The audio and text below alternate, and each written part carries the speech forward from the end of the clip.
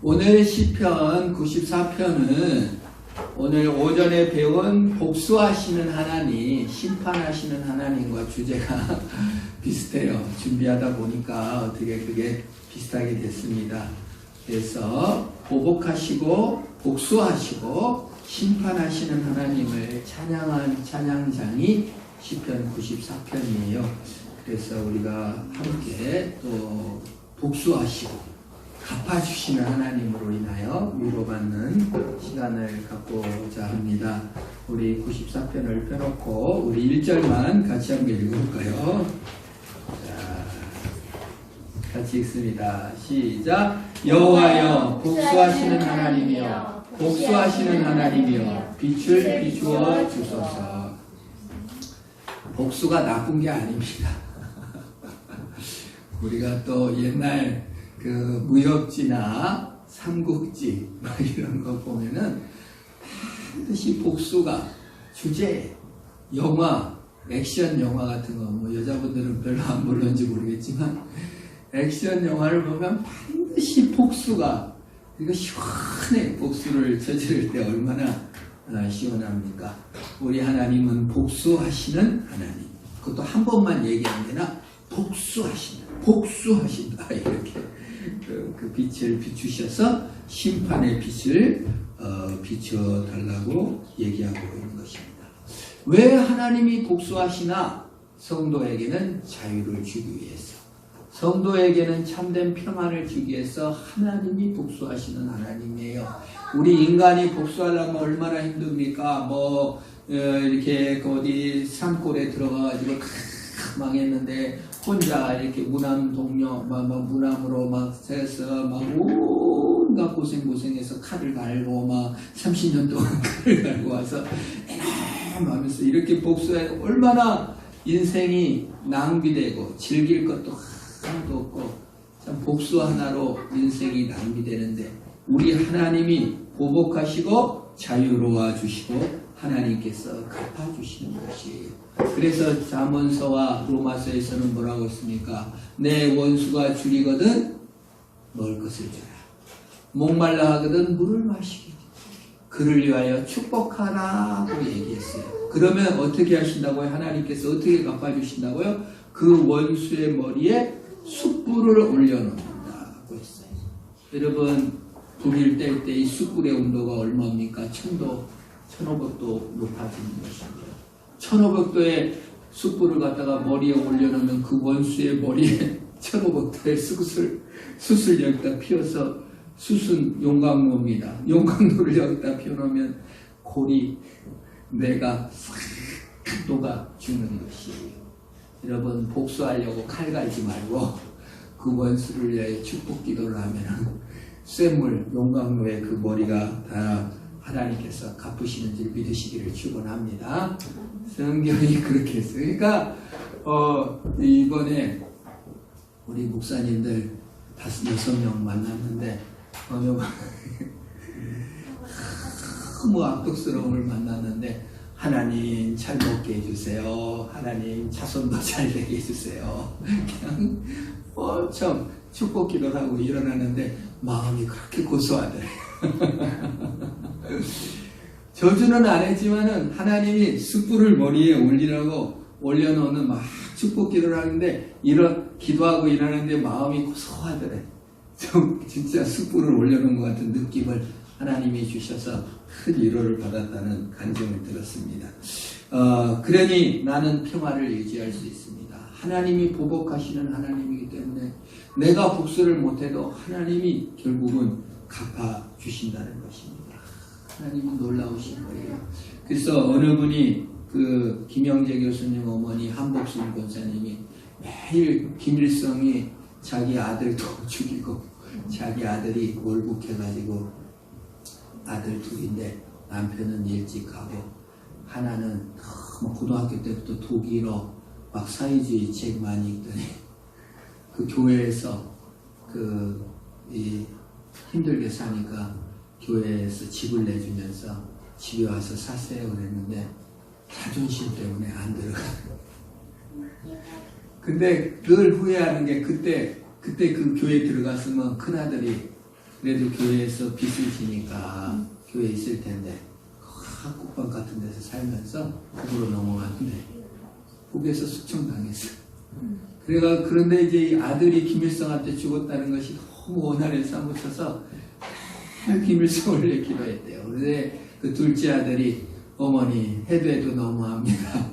김일성을 위해서 어떻게 축복 기도를 하시느냐고 그랬는데 그때 김영재 교수님이 김일성이 김영삼 대통령하고 만나기 전에 갑자기 비명행사에 죽었잖아요. 그러더니 그분이 우리 어머니가 김일성을 항상 축복 기도하셨는데 평화의 이름을 못 갖게 하나님 데려가셔서 기쁘다고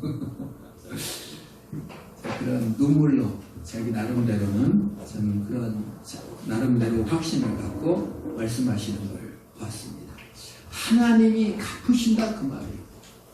너무 억울한 일을 당했을 때 그냥 복수하신 하나님에 대해서 시편 기자는 복수하신 하나님 그 빛을 비춰주소서 복수를 해주십시오. 이제 그런 기도인 것입니다.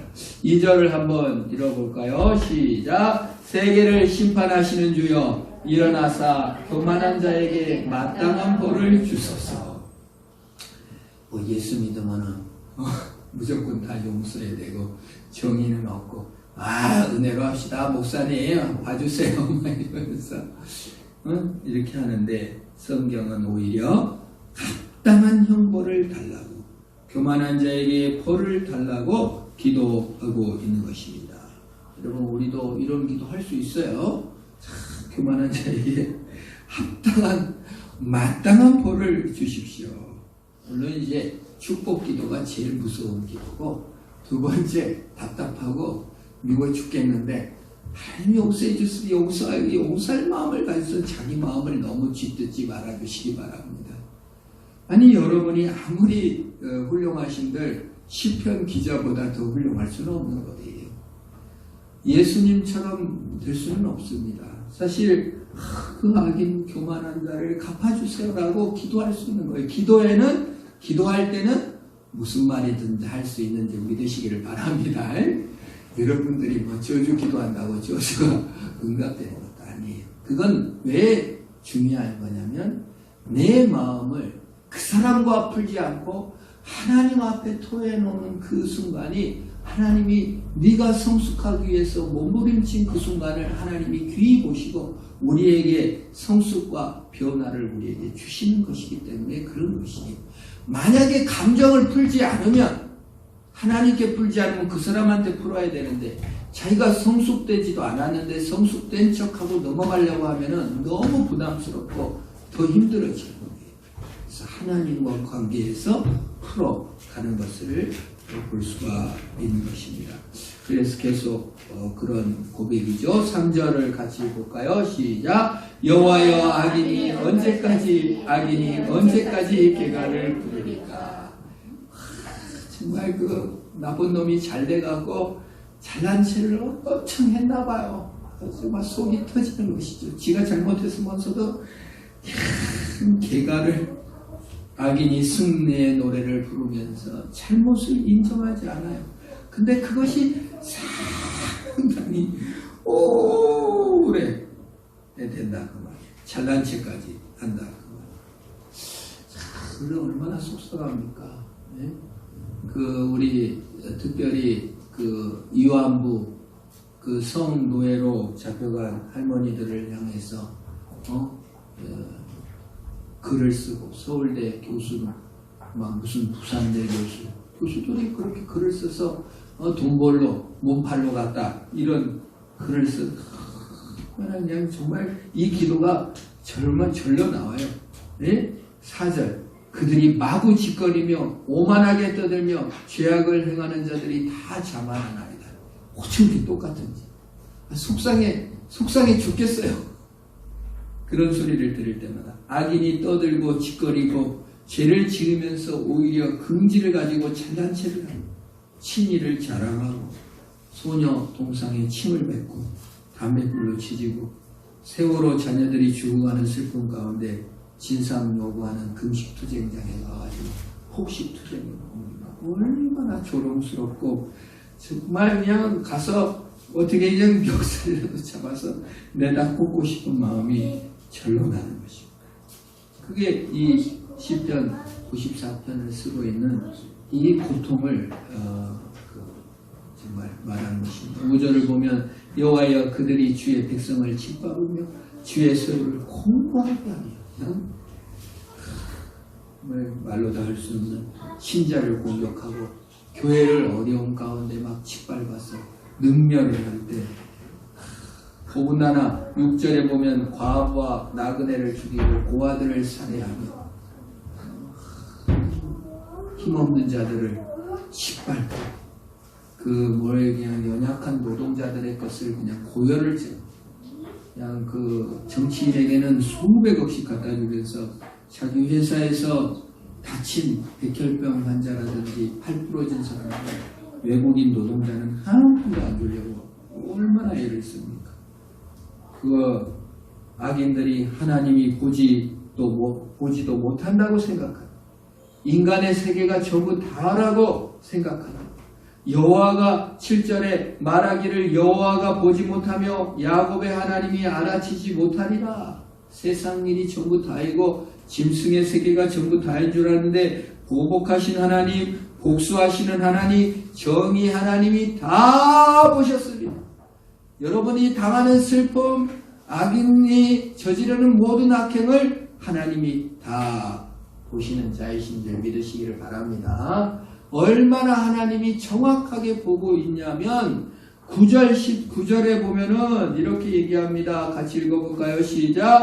귀를 지으시니가 듣지 아니하시랴 눈을 만드시니가 보지 아니하시랴. 내가 귀를 줬단 말이에요. 다 들었다. 눈을 만들었다. 내가 다 봤다.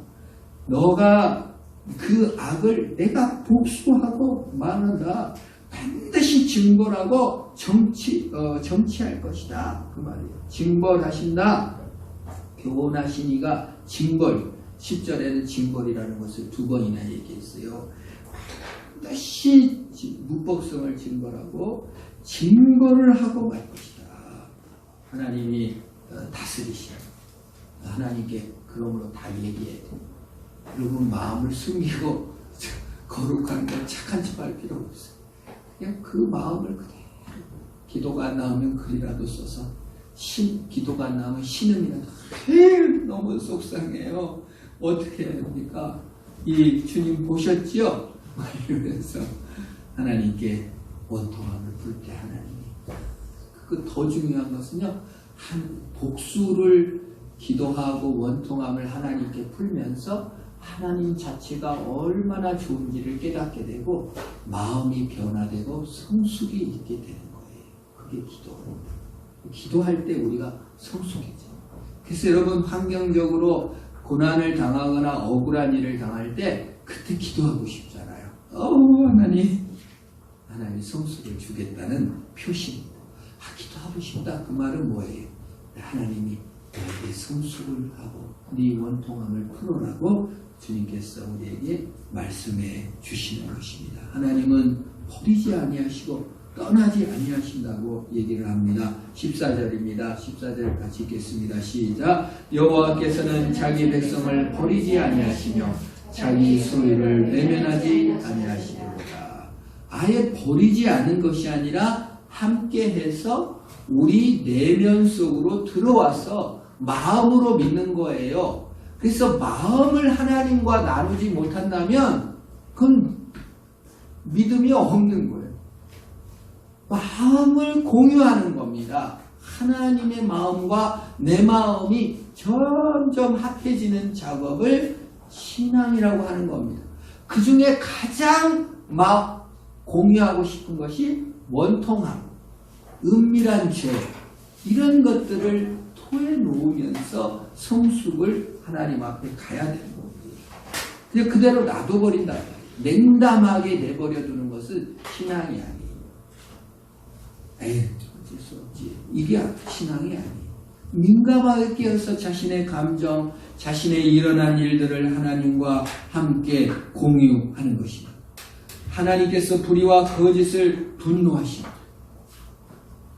여러분이 거짓과 불의에 대해서 분노를 할 수 없다면 그건 하나님 못 믿는 거예요. 잘못된 일에 대해서 분노하고 아파하고 속상해하는 시기를 직원합니다.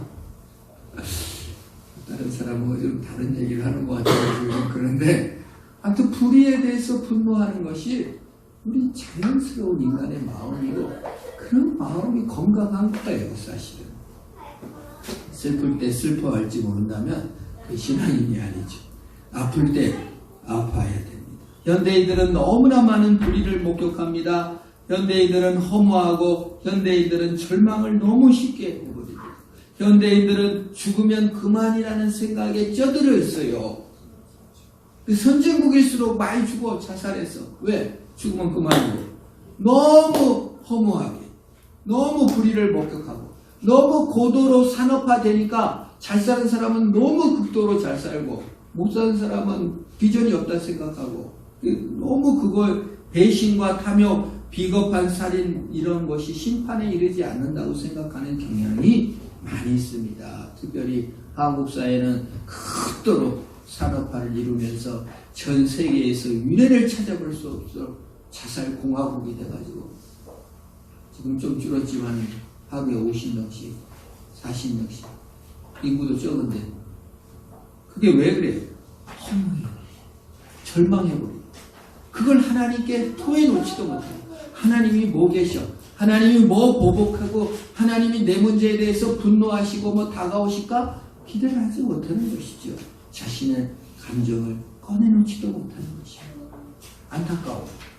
하나님은 분명히 살아가시고 모든 걸 다 보고 계시며 내가 내 스스로를 망치거나 남이 나를 망치는 것을 하나님은 참을 수 없어서 분노하시고 달려나오시는 줄 믿으시기를 바랍니다.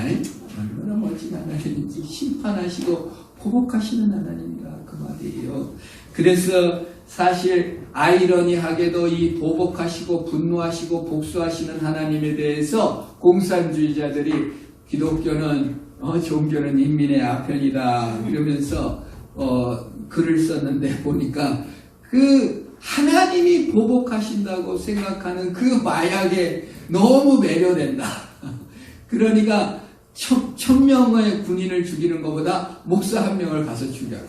그렇게 그 공산주의 학자가 레닌이 그런 얘기를 했잖아요.